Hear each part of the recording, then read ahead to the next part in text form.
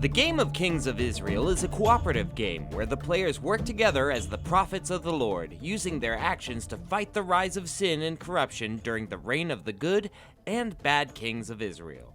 To set up the game, first place the crown token at the topmost space of the king's timeline.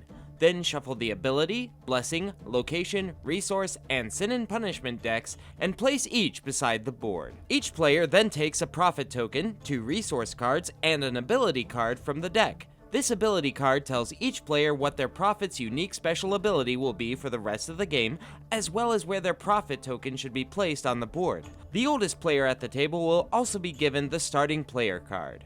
Next, you're going to draw 3 sets of location cards, not including any nation or shall be again cards as you do so. For the first set, you will draw 2 cards plus the number of players. We'll be playing with 2 players this game, so that means 4 cards. The players then place 1 black sin cube on the locations indicated. For the next set of cards, draw 1 card plus the number of players, so in this case, 3. This time, put 2 cubes on each location. The last set will be a number of cards equal to the number of players, and for these we will be placing an idol token on each. Lastly, place an altar token in Samaria, and the game can begin. The way to win the game is to build altars whilst managing the amount of sin cubes and idols on the map. This game is played in rounds, each made up of 4 phases: the King's Godliness phase, the Sin Increases phase, the Prophet's Work phase, and the End of Round phase. A bit wordy in my opinion, but you gotta give points for straightforwardness. The King's Godliness phase starts off the round by having the first player draw either a blessing card or a sin and punishment card, depending if the current king is a good king or a bad king. Blessing cards are drawn during the reign of a good king and can be played at any time during the Prophet's Work phase. Most are one-time events, but a few stay out on the table. Sin and punishment cards are drawn, you guessed it, during the reign of an evil king. These are played immediately, and they also have cards that can stay out on the table. Other sin and punishment cards are foretold events that are put back into the deck face up with delayed effects. The next phase is the Sin Increases phase, where the starting player reveals a location card for each player, so in this case, 2. The players add a sin cube for each of the revealed locations.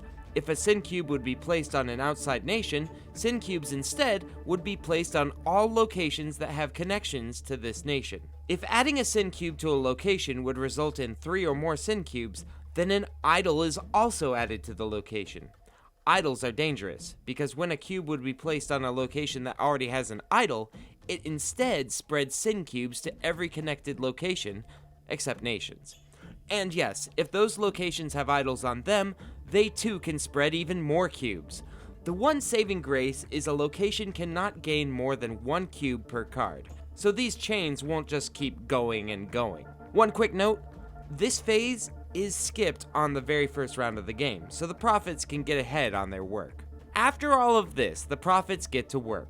On their phase, each of the prophets have 4 action points available to use to accomplish their work. Some of the work will require resources or multiple actions to accomplish. These works are moving their prophet from one location to another via connection, removing a sin cube from their current location, removing an idol from their current location, drawing a resource card from the resource deck, placing an altar in their current location if none already exists, making a sacrifice on an altar to remove all sin cubes in their current location, as well as 1 cube from each location connected there, or giving up to 2 resource cards to another player in the same location.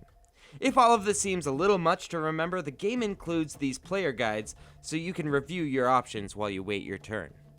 The last and most simple phase of the round is the end phase. The starting player card is handed clockwise to the next player, and the crown token moves to the next king on the timeline, skipping any kings that are for games with more players. The players win the game if they build the goal number of altars in Israel, which varies depending on the number of players.